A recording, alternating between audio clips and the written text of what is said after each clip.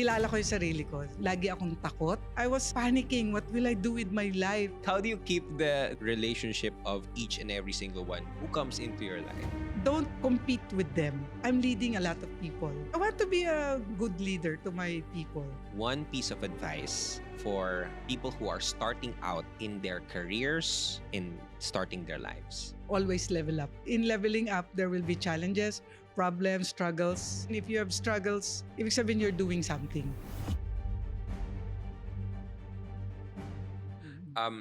With what you're saying, Mampeng, ang isa sa mga parang messages na nakukuha ko is to really don't settle. Don't settle, yeah. But it's also, I know for a fact, marami talaga pag narinig nila to na don't settle, na parang, ay hindi, okay na ako sa simpleng buhay, okay na ako sa chill life, right? Chill. Okay na ako, chill. Why bother? Okay naman, kumakain naman ako 3 times a day, I'm good. But it's also a message of stepping out of the comfort zone. How would you parang help someone who is stuck and they know deep in their hearts meron silang gusto, but then they're scared to jump out of the comfort zone? They're scared to try. They're scared to, be courageous. How will I help? Yeah. You start with really building relationships with them, no? You can just tell them na, gawin mo to, gawin mo yan, no? Talagang i-friend mo sila, know their hearts, and what advice would you give to them? Pa-feel mo na you care. What advice is that follow their dreams.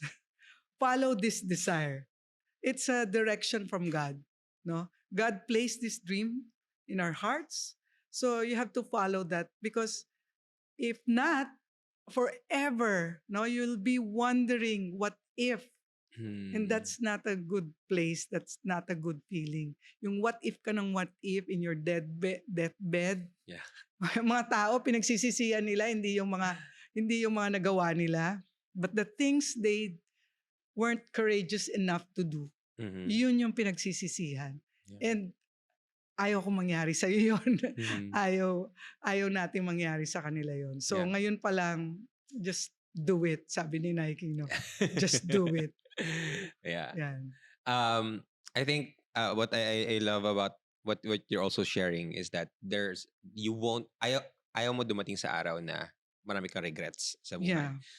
But I guess the reason why people get stuck and say na parang, oy, marami silang what if is because kinain sila ng takot.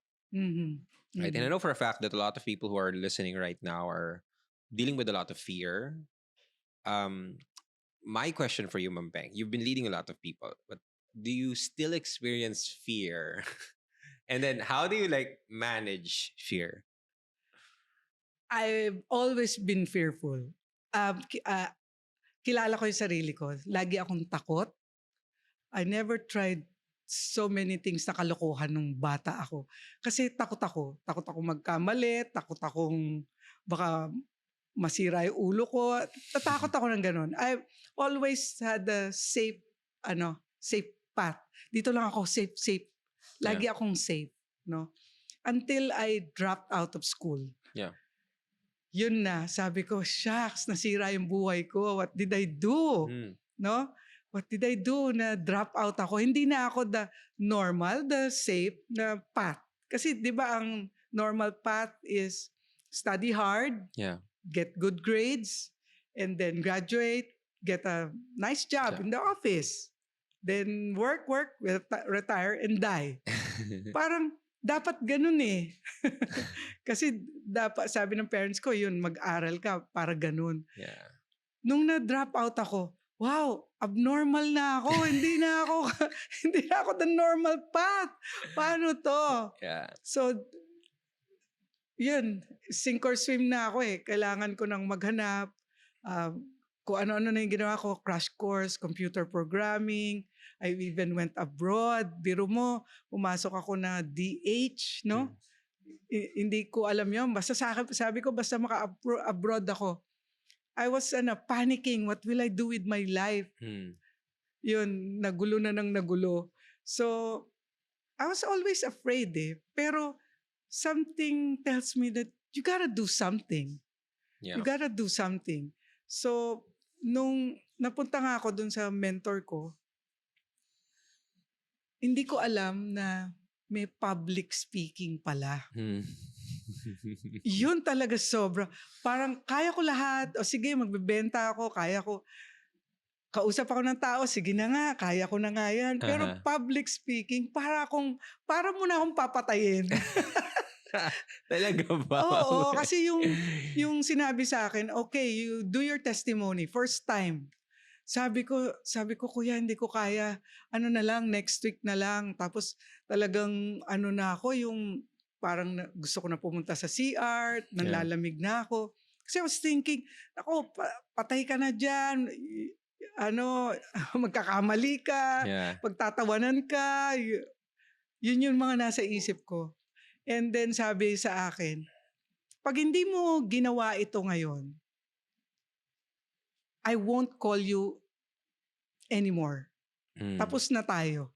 Wala na. No more chance. So, dalawang fear. Fear na no more chance and fear na doing this. Sabi ko, puro fear nga ako sa katawan ko, sa isip ko Sabi ko, wala akong choice. Gagawin ko na to. Yeah. Kahit na parang sasabog na yung dibdib ko. So, bago ako makit ng stage, ito yung sinabi niya. Feel the fear, do it anyway. So, hindi pala tinatanggal yung fear. Hindi pala tinatanggal yung fear. Yeah. You just do it afraid. So parang bago ako umakyat sa stage, hindi pala tinatanggal. So, yun na. I did my best. Sobra lang ikli. Sinabi ko lang yung name ko. Sinabi ko na. Tapos bumaba na ako.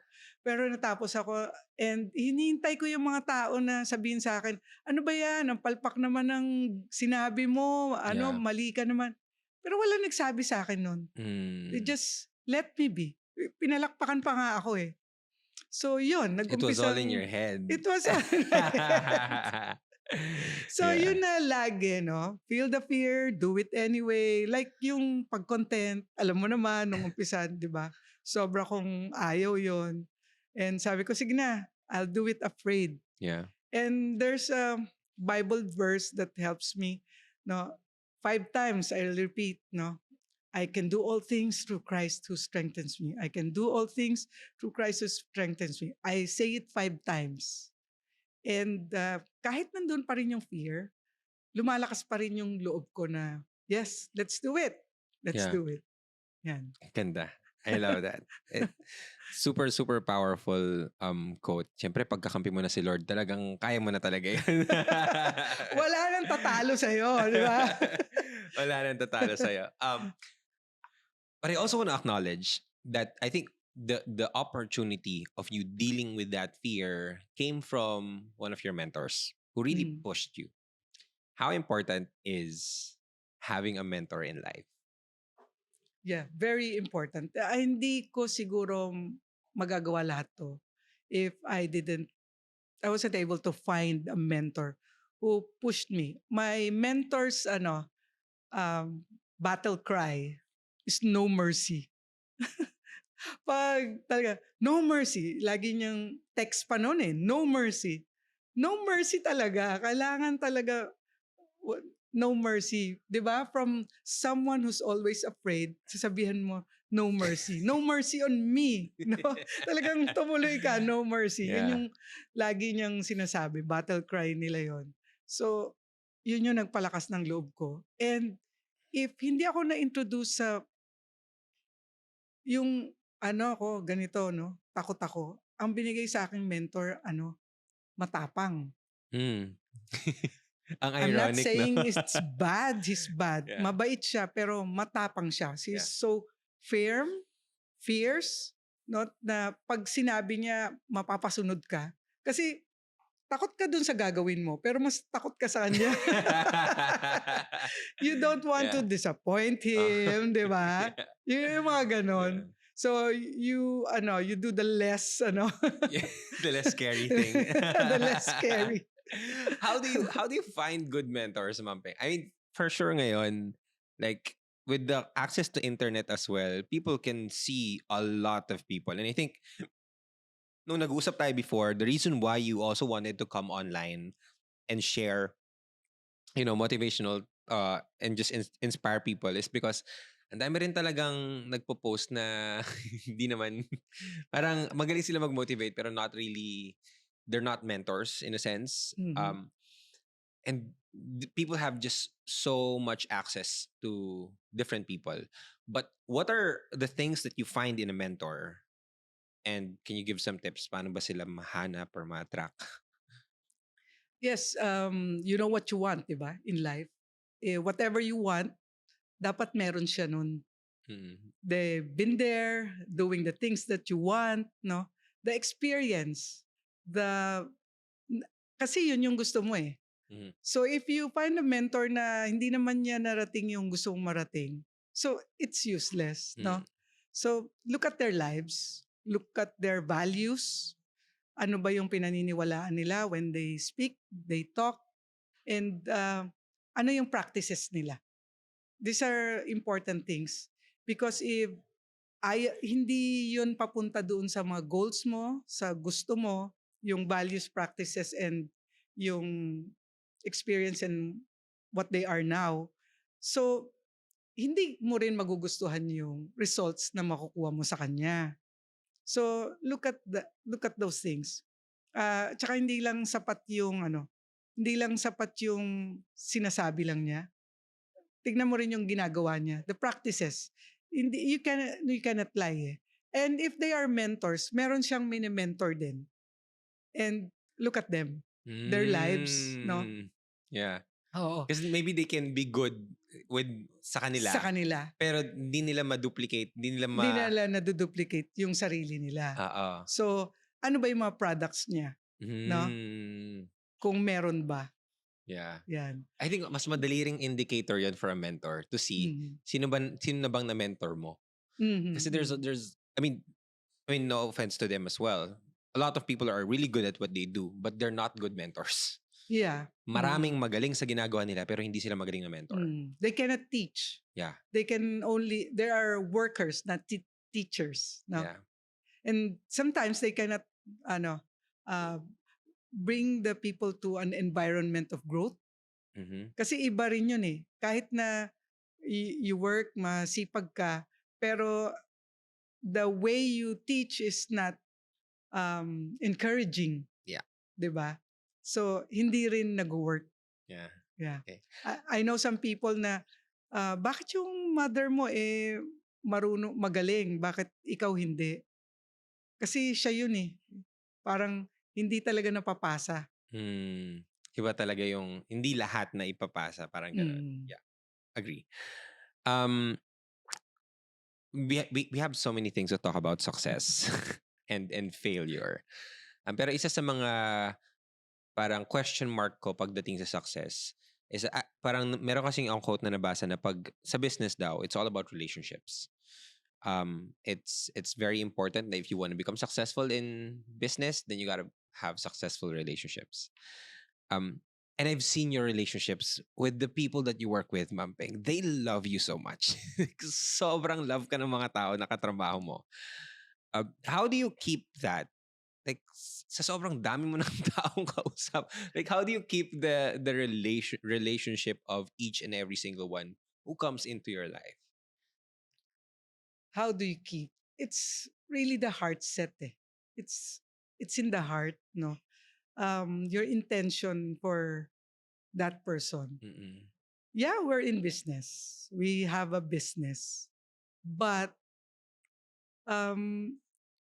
ang intindi ko kasi, money just will flow if you have the right intention and right intention for the people you work with. Yeah. No? Be it customers, be it the person you Yeah. mentor, kahit sino sa paligid mo. No? Ang nasa isip mo lang talaga, again, I'll quote Zig Ziglar. Sabi niya kasi, you can have everything in life that you want if you help enough other people get what they want. So parang, yun lang eh, ang simple eh. Find the person, ano ba yung gusto niya? Yeah. 'Di ba? Bigay mo lang sa kanya yon. Um, may binibenta siya, Mhm. um, bilhan mo siya. Yeah. 'Di ba? That's what they want, Yeah. no? And tignan mo, from there, mangyayari yon. If someone asks you for mentorship, syempre gusto niya maging successful. So Mm. bigay mo lahat yung tips, no? Yung mindset, skill set, lahat ng pati heart set na alam mo, bigay mo lang lahat sa kanya, bigay na bigay. They will become successful. Uh-huh. And your success, it will follow na daw yun. Yeah. So you don't have to think about it. Yeah. Parang ganun. Ah. And don't compete with them. Yun, don't compete with them. Kasi ano eh, mararamdaman nila yun eh, na competitor ka pala. Mm. Hindi ka pala someone who's parang kuminsan cheerleader Yeah. nila, someone who pushes you, someone gives you tip direction, Yeah. no? Dapat ano eh, yung kitang-kita nila na what you're doing is for them. Yeah. Yun. Thank you so much for sharing that, Ma'am Peng. I think isa sa mga, like kahit nung Japan, tinanong kita dito, Ma'am Peng. Kasi, by the way, kasama ko si Ma'am Peng, nag-Japan kami for like 9 days. Nilibre niya ako mag-Japan. Tagal. No, but we had a great time. But something that parang tinanong ko talaga sa'yo is that you've achieved so much success. Like, you have a great house. Pool and everything, dream house. You have all the cars, you can buy all the cars you want. You have a lot of properties. You have a running business that gives you money 24/7, even without you trying to work hard in that sense. But you still aspire to be better and to do more. What's the biggest motivation for you? Bakit like it never ends? Does it end, Ma'am Peng? Or like Yeah, I sometimes ask that too. matatapos ba to? Mag-aaral na naman ako? Ba't ba napa-enroll na naman ako dito? Nag-enroll ka Yeah. in a sales training seminar. You've been in Yeah. sales for how many years na? 25. 25. And yet, you enrolled. Enrolled na naman ako. Na naman, Tapos, estudyante ka. Estudyante na naman. Bakit? No? Sometimes I ask. Tapos, pag nandun na ako sa kalagitnaan, shucks, ang dami ko na naman ginagawa.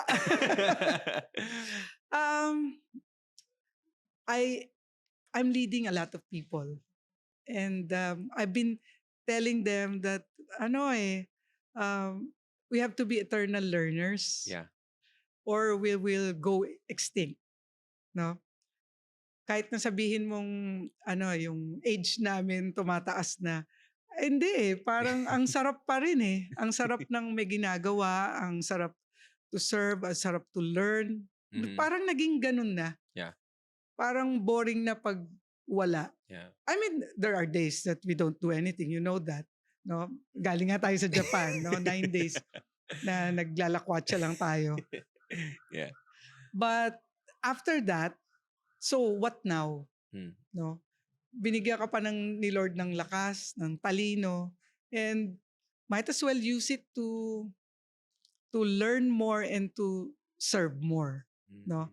Kasi I want to be a good leader to my people and set example na hindi porket ang dami mong experience, alam mo na lahat. There's no monopoly of knowledge, di ba? Yeah.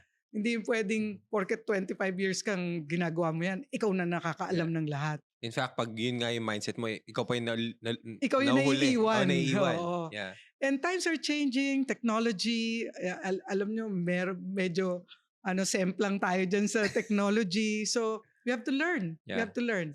The world is revolving. No? AI, eto na.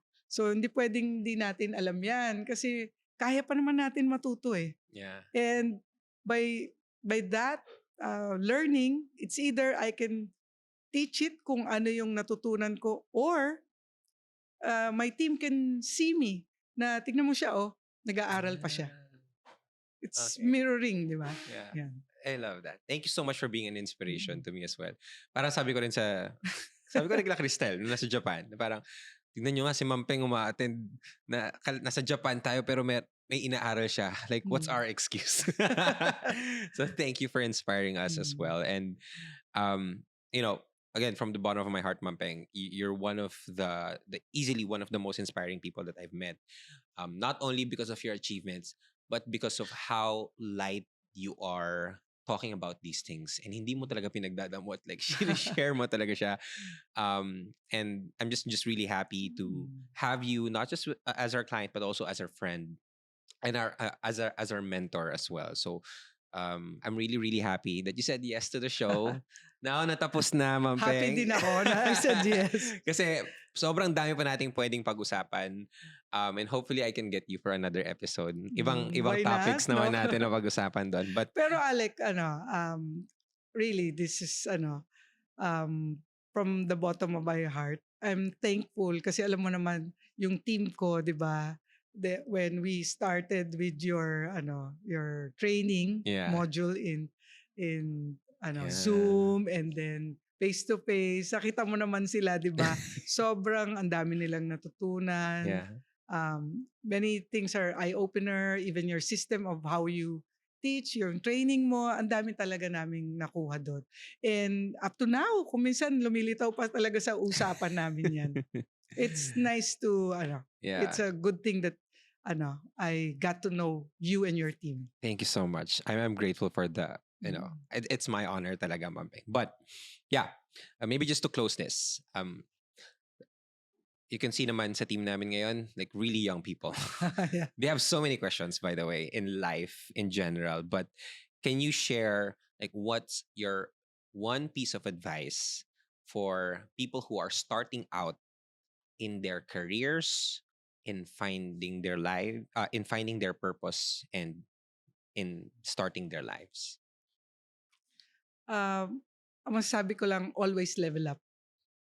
Always level up. You try to learn, and after a while, parang comfort zone mo na. Never forget, level up. Always level up. And in leveling up, there will be challenges, problems, struggles, and just get it on, no? Talagang ganun eh. Talagang ganun. Doon sumasarap, no? And it's the direction. Ibig sabihin, if you have struggles, ibig sabihin you're doing something worthwhile. Love that. Thank you so much, Mampeng. And thank you so much for saying yes for the podcast. It's the first time that Mampeng guested on a show. So thank you. Thank you so much. And I know you loved this episode, guys. So I'll make sure that if you want to learn more about Mampeng, she has hundreds of videos out there. I-binge watch nyo yan. And hopefully you can also expect na Mampeng would also be doing some long form pod. Pinressure. Pinressure talaga. Pinressure na. Some long form content in the future. But definitely I'll link down all the links down below where you can find Mampeng. And she also has a book. Wala tayo pala na nakalagay dito. But I'll also link down the book.